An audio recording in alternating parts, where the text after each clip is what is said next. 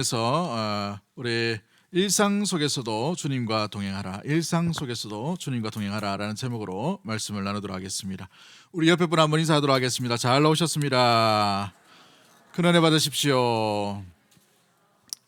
정신과 의사인 윤홍균 씨라는 분이 있습니다. 윤홍균 씨라는 분이 있는데 이분이 이 책을 쓰는데 자존감 수업이라는 책을 썼어요. 자존감 수업 한번 좀 읽어보면 참 좋을 것 같은데 그거 아닙니다.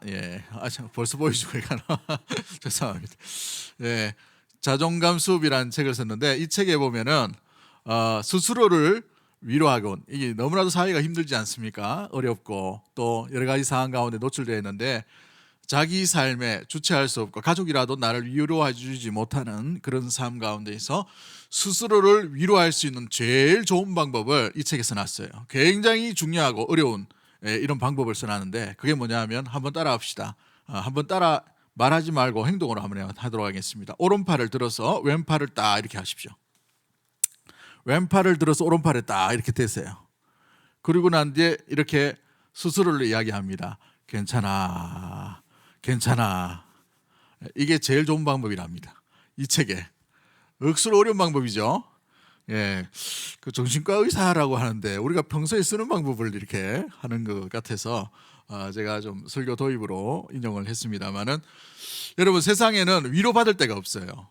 세상에 여러 옆에 있는 사람들에게 위로를 기대하면 어찌 보면 실망이 올 수밖에 없죠. 사랑하는 남편이라도, 사랑하는 아내라도, 또 가족이라도, 내 자녀라도 여러분 잘 보시면은 위로해 줄 데가 없어요. 위로받을 데가 없고, 진짜 위로는 사람에게서 오는 것이 아닙니다. 그러기에 가짜배기 위로에 속지 말고 우리 진짜 위로이신 우리 하나님 앞에 위로함을 받는 믿음의 모든 가족들 되기를 주의 이름으로 간절히 축복합니다. 오늘 본문을 통해서 우리가 일상 속에서도 주님과 동행하라라는 제목으로 말씀을 나누는데요, 한국 교회가 시작할 때에는 항상 한국 교회의 이 출발이 교회로만 시작된 것이 아니에요. 항상 이웃과 나라와 민족을 함께 살리기 위해서, 구원시키기 위해서 놀라운 이 많은 선진자들이, 또 믿음의 사람들이 노력했던 것을 보게 됩니다. 나라가 제일 힘들 때에 기독교가 들어오게 되었어요. 나라가 내일이 없는 그 상황 가운데에 여러분, 이 나라가 망하려면 딱 세 가지가 딱 들어맞아야 됩니다. 무능한 정치지도자 왕, 그죠? 두 번째가 뭐냐면 약삭빠른 신하들, 약삭빠른 신하, 자기 이익에 따라서 행동했던 신하들. 세 번째가 뭐냐면 계몽되지 못한 군중이에요. 어디로 갈지 모른단 말이죠. 엉뚱한 짓을 할 수 있단 말이죠. 민중 중에서도, 또 어떤 백성들 중에서도 깨어있는 사람들이 일어나지 않으면 나라가 온전히 나갈 수가 없습니다. 임진왜란만 보더라도 왕은 도망갔는데 백성들과 이 충신들은 어떻게 합니까? 의병을 일으켜서 지키고, 그렇죠? 나라를 구하기 위해 자기 재산을 다 내어놓고 이런 일들을 하죠. 아무튼 이 조선 말기가 되니까 너무나도 나라가 국운이 기울어지는 가운데에서 무능한 왕, 약삭빠른 이 신하들이 나라를 다 갈라먹어 버렸어요. 그들이 귀족을 받아가지고, 일본의 귀족을 받아서 얼마나 이 호의호식을 살고, 지금도 땅이 어마어마하게 남아있어요. 아직 다 회수를 못합니다. 법적으로는 회수를 못하게 돼 있어요. 이게 참 안타깝죠. 물론 그때 얻었던 건지 아니면 그 전에 얻었던 건지 모르겠지만 아무튼 이런 일들이 일어납니다. 그런 상황 가운데에 이 사회에 유일한 대안이 뭐였나? 교회였다는 거예요. 믿음의 성도였다는 것이죠. 3.1 운동을 일으킬 때에 3.1 운동의 이 33인의 상당수가 교회 지도자였습니다. 목사님들이었고 장로님들이었어요. 지난번에 예전에 한번 설명을 드린 적도 있지만 천도교와 불교계가 굉장히 이름 내기를 좋아하죠. 뭐 요즘은 좀 덜합니다만은 자기가 먼저 나가야 된다, 자기 이름이 먼저 나와야 된다, 이렇게 해서 33인 중에 대판 싸움이 일어났어요.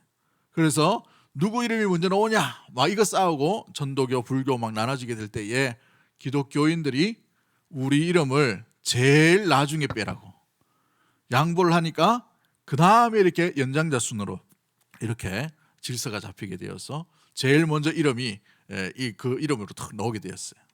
그 종파는 몇 명 되지도 않는데 그렇게 된 것이죠. 양보해서 그렇습니다. 33인들이 3.1 독립기념문을 낭독을 하고 이제 그들이 다 숨어서 어찌 보면 다 잡혀갔지만 그 만세 운동을 일으켰던 데는 어디입니까?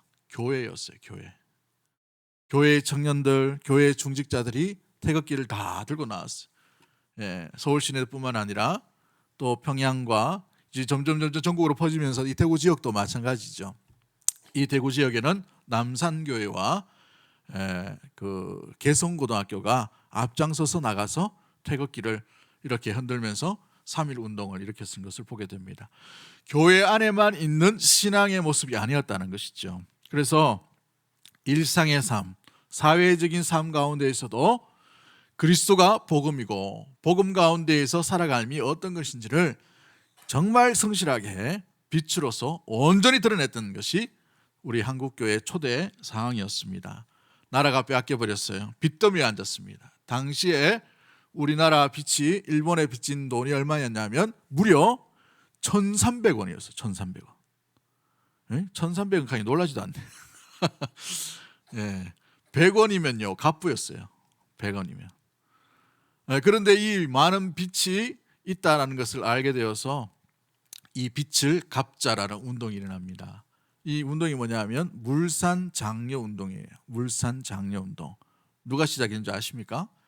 평양에 있는 산정현 교회 당회에서 시작했어요.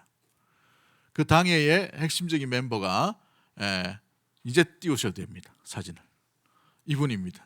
조만식 장로님이시죠. 이분이 진고초를 많이 당하시고 이렇게 하시는데 아무튼 이 운동이 산정현 교회 중심으로 이웃 교회로 막 흘러가게 되었어요. 전국 교회로 전국 사회로 막 흘러가게 된 놀라운 출발점이 되게 된 것이죠. 뒤에 그림을 보시면 여러분 한번 읽어보십시오. 맨 위에 있는 글씨 자스가리 그렇죠. 이거 똑똑하시네. 반대를 읽으셔야 돼요. 우리가 만든 것 우리가 쓰자. 이게 물산장려운동의 포스터입니다. 신문 광고에도 냈어요. 글씨 이해되시죠? 이렇게 읽기로 되어 있습니다. 교회에서 시작되어서 교회로 흘러가게 되었습니다. 우리 대구 지역에 있는 어떤 국채보사 운동 이것도 마찬가지지만 여러 가지 이 대구 지역도 캐톨릭과 또 교회가 중심이 되어서 여러 이제 운동을 대구 지역도 일으키는 것을 보게 됩니다.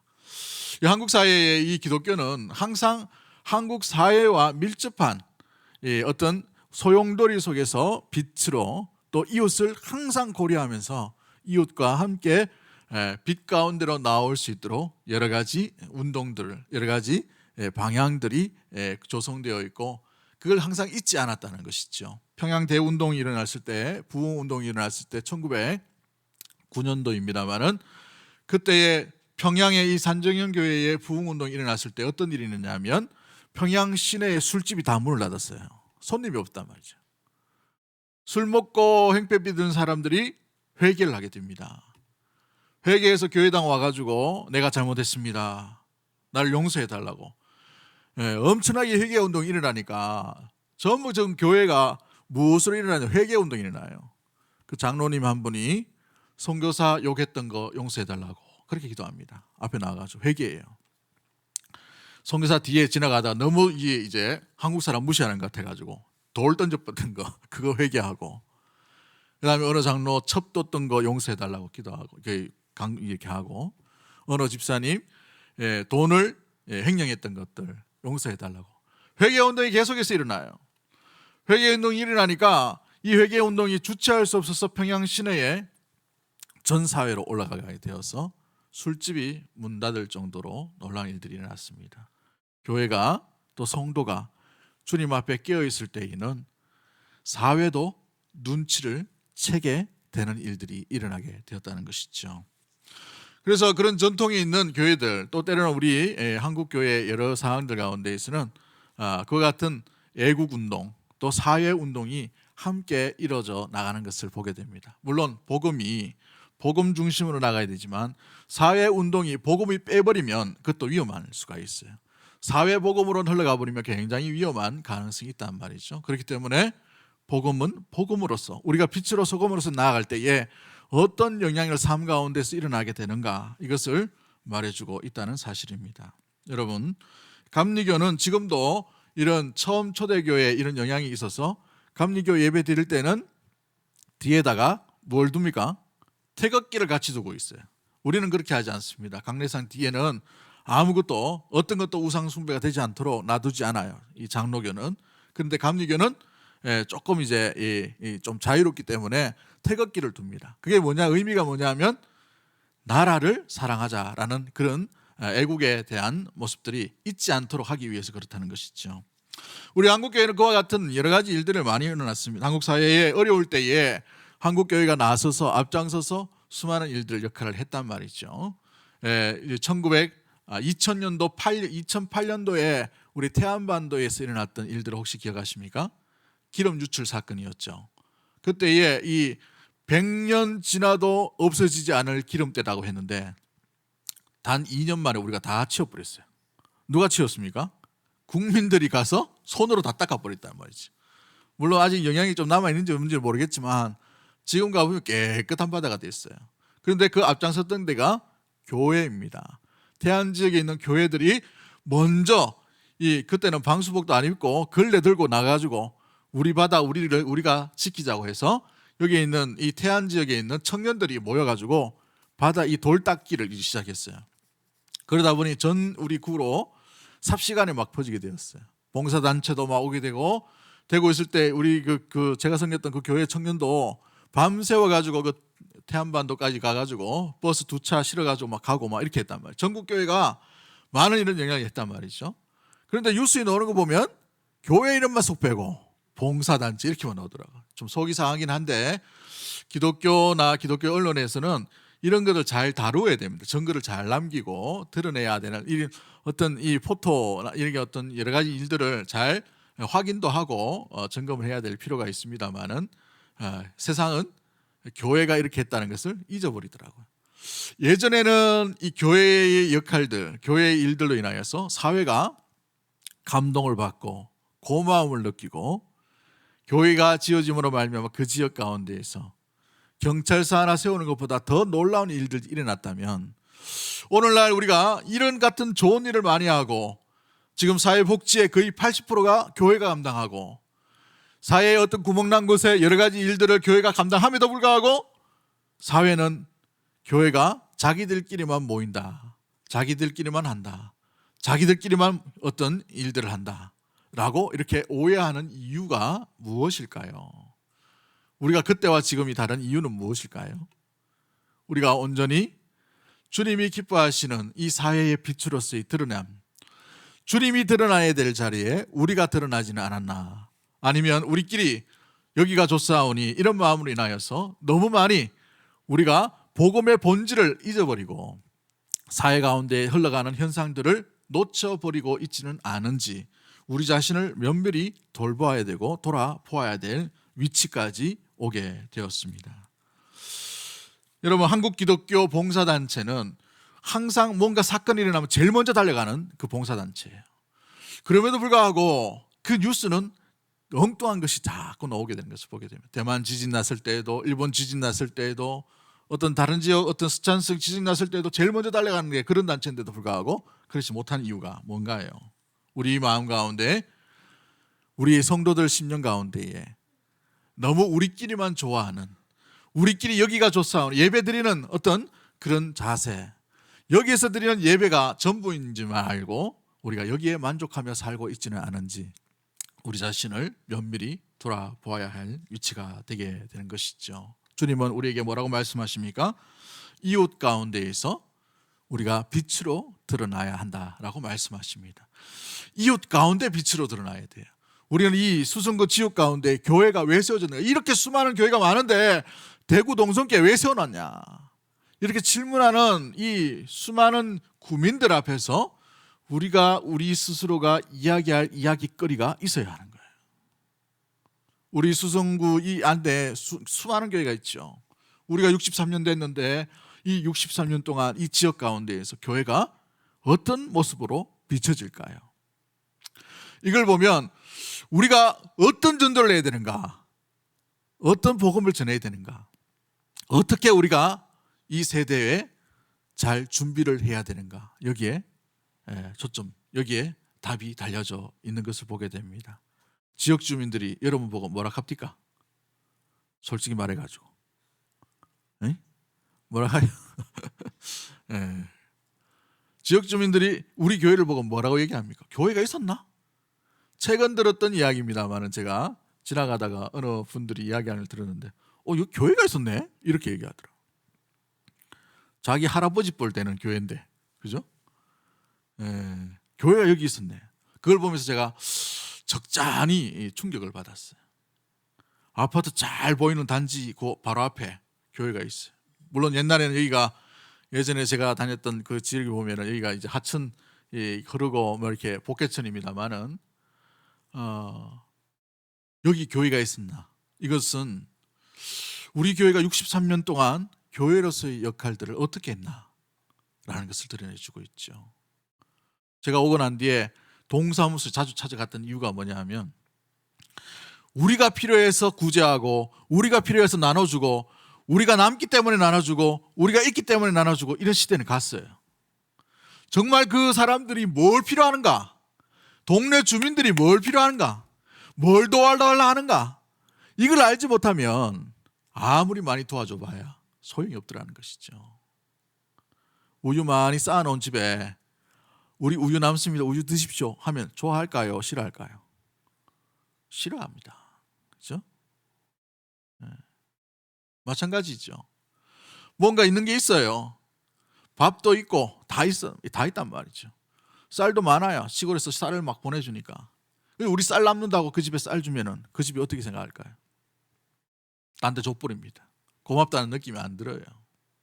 최근에 우리 교회가 했던 일이 뭐예요? 독거 노인이 우리 지역에도 돌아가신 분이 많아요. 혼자 살다가 그냥 죽어버린단 말이죠. 얼마나 비참합니까? 그렇게 살아온 것도 힘들고 어려운데 혼자 살면서 죽음조차도 아무도 알아보지 못하고 2달, 3달 걸려가지고 동네에서 냄새가 나니까 그때서야 소방서가 들어와가지고 보니까 사람이 죽어있는 거예요. 안타까운 현실이죠. 우리 동네 이 지역만큼이라도 그런 일이 좀 없으면 좋겠다. 우리가 많이 돕지는 못하겠지만 우리 교회가 깨어서 그 일들을 좀 하면 얼마나 좋을까 해서 서울의 어느 지역을 보니까 그 일들 하더라고요. 방문해서 우유를 갖다 주니까 우유를 딱 끄잡아내니까 어때요? 그 노인분이 움직이시는 거예요. 그러니까 건강하시구나 알게 되는 거죠. 그걸 보면서 우리 교회도 그런 일을 조그만하게 좀 시작했으면 좋겠다 이런 마음을 가지고 아이디어를 드렸더니만 너무 좋아하더라고요. 그 동사무소 그 직원이 했던 말이 아직도 기억이 납니다. 동장이 새로 2년마다 바뀌던데 동장이 야 젊어서 그런지 목사님 어떻게 이렇게 아이디어가 좋으십니까? 이렇게 얘기하더라고. 그게 아닙니다. 뭐 이렇게 말씀을 드렸습니다만은 우리 필요에 의해서 구제하는 것이 아니라 저들이 뭘 필요할까? 우리 예수님을 보십시오. 예수님의 사역 가운데에서는 항상 그들이 뭘 필요한지를 정확하게 아시고 그들에게 정확한 답을 주시고 정확한 배품을 주신 것을 보게 됩니다. 그렇습니다. 우리 이웃 사랑하는 방법에도 마찬가지인 것이죠. 우리 성도들의 이 신앙의 고백은 문제가 없습니다만은 신앙의 고백의 삶으로 연결되어 있던 일상생활 가운데 이 고백이 실제적으로 그 고백대로 살아가고 아름답게 드러나고 있는지 이것을 우리 스스로가 점검해 보아야 하는 것이죠. 그로 말미암아서 우리가 우리 이 사회 가운데에서 교회가 꼭 필요한 이유를 설명해 줄 수 있는 성도와 교회로서의 믿음과 마인드와 생각들, 이 정체성을 항상 잊지 않는 우리 대구 동성의 모든 가족들 되기를 주의 이름으로 간절히 축복합니다. 이 사회에 왜 우리가 필요할까요? 이 사회에 왜 교회가 필요할까요? 수많은 교회가 있어요. 그죠? 이 교회 마음에 안 들면 저 교회 가면 돼. 이게 아니라 왜 우리 교회가 여기 자리에 있나 말이죠. 우리 교회가 맡겨진 사명이 주님께서 부탁하시고 말씀하신 것이 분명히 있기 때문에 그런 거예요. 우리가 초대형 교회처럼 수많은 수백을 감당하고 이렇게 하지는 못해요. 갑자기 수천만을 들여가지고 뭔가를 나눠주고 이렇게 하지는 못합니다. 그럼에도 불구하고 우리가 할 수 있는 최선을 다해서 이웃 가운데 필요한 부분들을 돌봐주고 사랑하고 섬길 때에 그 속에 우리 처음 대구 처음 이 한국 교회가 세워졌을 때에 교회만 바라보면 소망이 생기고 교회만 바라보면 뭔가 일이 되어져 가고 발전하는 것처럼 보이고 배워가는 것처럼 보이고 성장하는 것처럼 보였던 그런 시대의 온전함의 교회상들이 우리 대구 동성교회를 통해서 아름답게 회복되게 되기를 주의 이름으로 간절히 축복합니다. 그러기 위해서는 우리가 어떻게 해야 될까요? 여러분의 삶이 중요합니다. 교회 안에서의 삶이 중요한 것처럼 보이지만 교회 안에서도 물론 삶이 중요해요. 그런데 여러분의 일상생활 가운데 직장 속에서 가정 속에서 이웃 속에서 진정히 살아있는 하나님의 백성과 하나님의 자녀로 나아가고 있는가, 이것이 너무나도 중요한 것이죠. 여러분, 그렇습니다. 더불어 살아야 되는 거예요. 더불어 살아야 돼요. 함께 살아가는 훈련과 연습을 하셔야 돼요. 우리는 너무 철옹성을 쌓아서 초신자가 우리 교회 들어오면 적응을 잘 할까요? 못할까요? 대부분의 전통교회의 교회는 초신자가 들어오면 적응을 상당히 못합니다. 처음 오면 우리처럼 예배드리고 뭐 하고 이거 하는 것 때 이 자리까지 오기까지가 쉽지 않아요. 화장실 어딘지도 모르고 누가 교육자인지도 모르고 누가 장로인지 누가 집사인지 누가 권사인지 이거 다 몰라요. 누가 어떤 사람인지 누가 어떻게 이렇게 어떤 역할을 맡았는지 모른단 말이죠.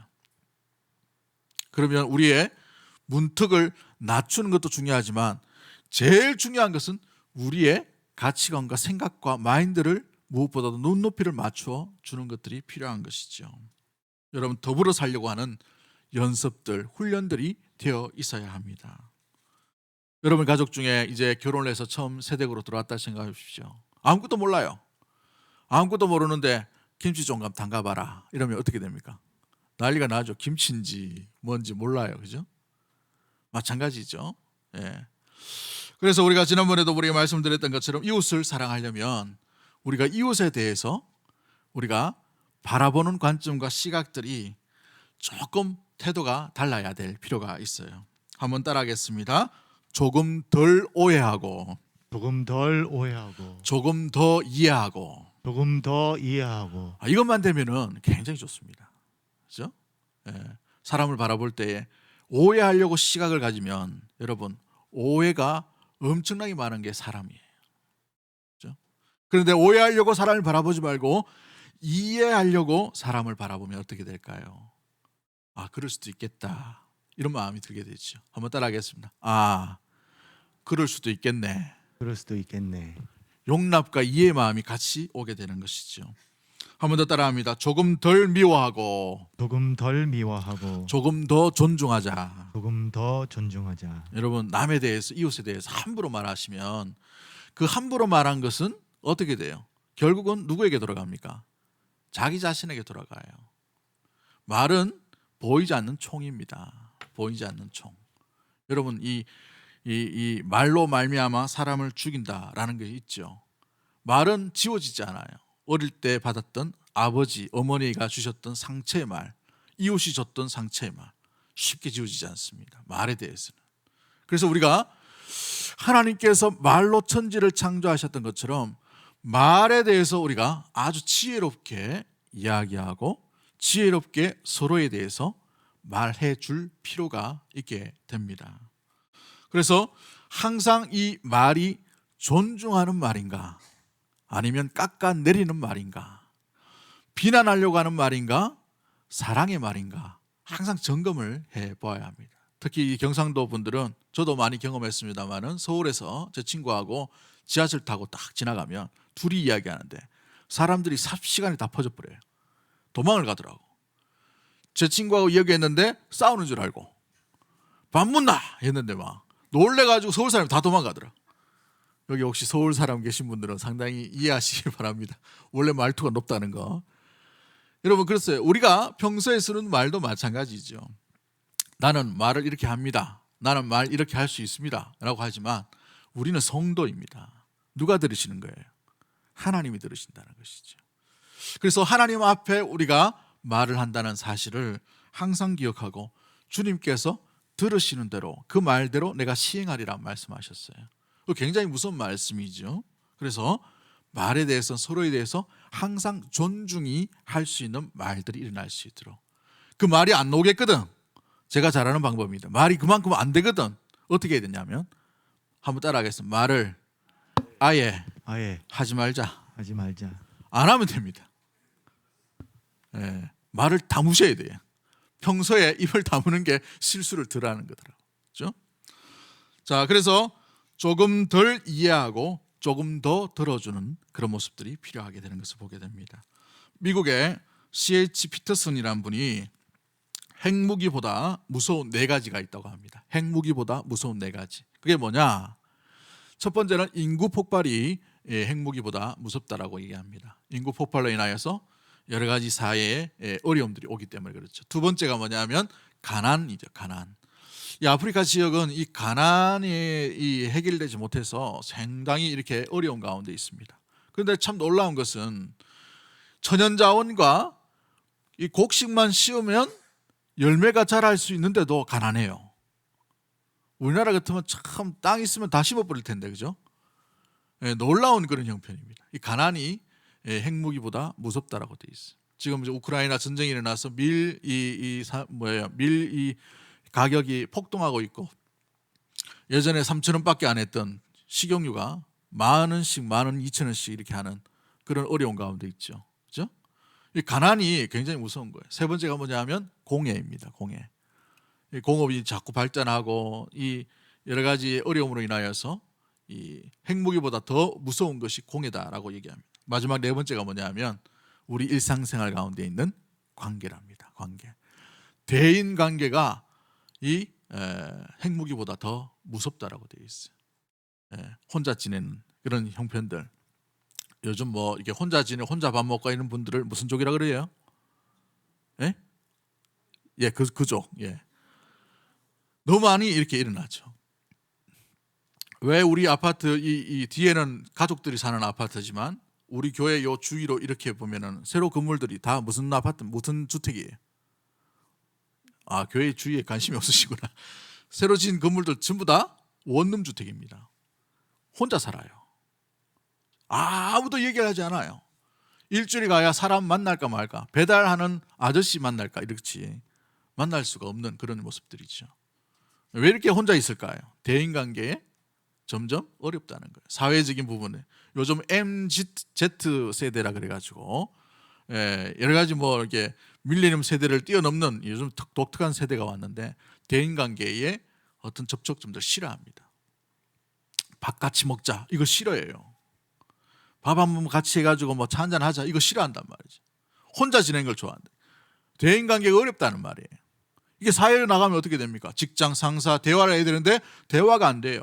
군대 가야 되는데 군대에서 어떤 이게 대화가 안 돼요. 병영의 어떤 문화가 이게 안 된단 말이죠. 교회 안에서도 마찬가지입니다. 이런 분들이 많이 있으면 어떻게 돼요? 대화가 안 돼요. 대화가.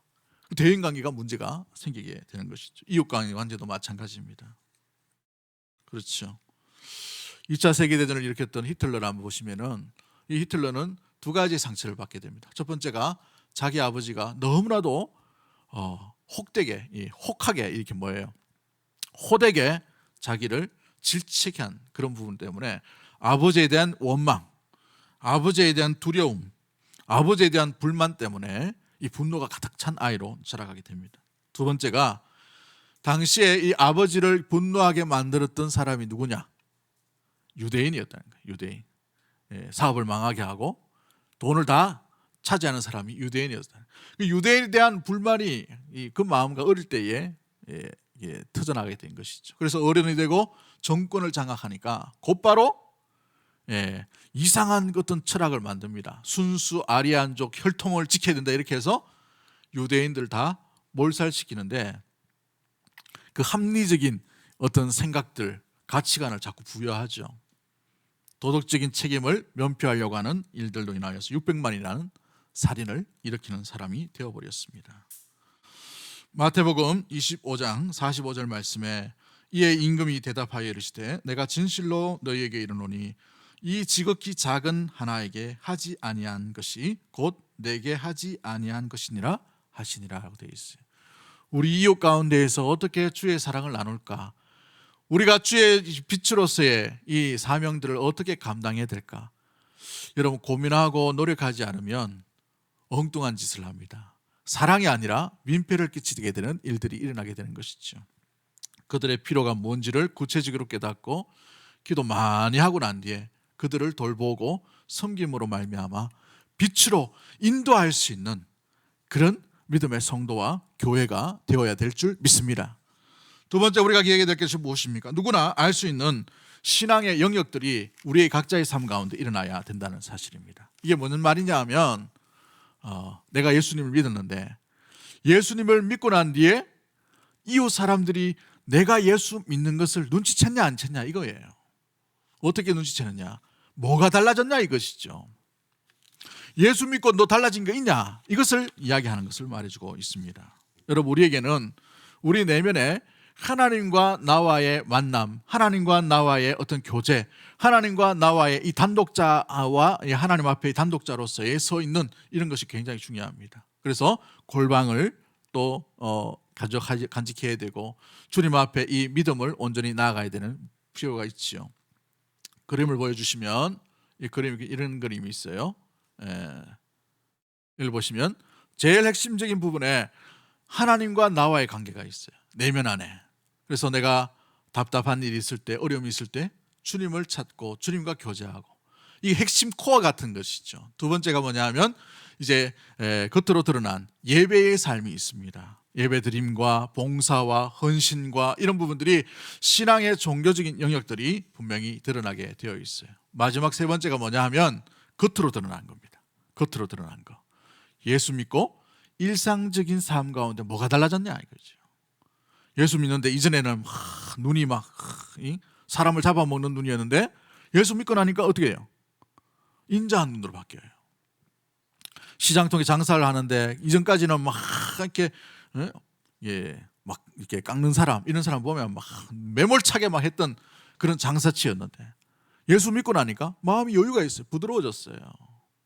알고 보니까 예수님을 믿더라는 거예요. 알고 보니까 어느 교회 나가더라? 동성교회 나가더라. 교회에 나가다 보니까 뭔가 달라졌다는 거죠. 그러면 우리가 이 달라진 모습들을 누가 보느냐? 제일 먼저 우리 가족이 알고 우리 이웃이 눈치채게 되어 있습니다. 여러분에게 한번 질문을 스스로 한번 던져보았으면 좋겠어요. 예수 믿고 뭐가 달라졌습니까? 예수 믿고 달라진 것은 무엇입니까? 예수 믿고 바뀌어진 것은 무엇입니까? 예수 믿고 자존심이 달라졌습니까? 예수 믿고 말하는 태도가 달라졌습니까? 예수 믿고 하는 행동이 달라졌습니까?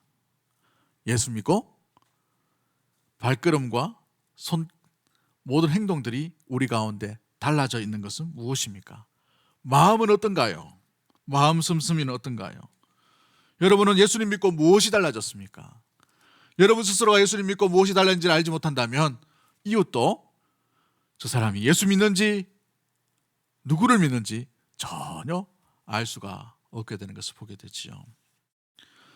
부산에 사역할 때에 교구 사역을 했었는데 어느 한 여자 성도님이 예수님을 믿게 되었어요. 알고 보니까 절에 다니시는 보살님이시더라고. 너무나도 이 철저한 이 보살님이시라 가지고 예수 믿은 게 참 기적이었어.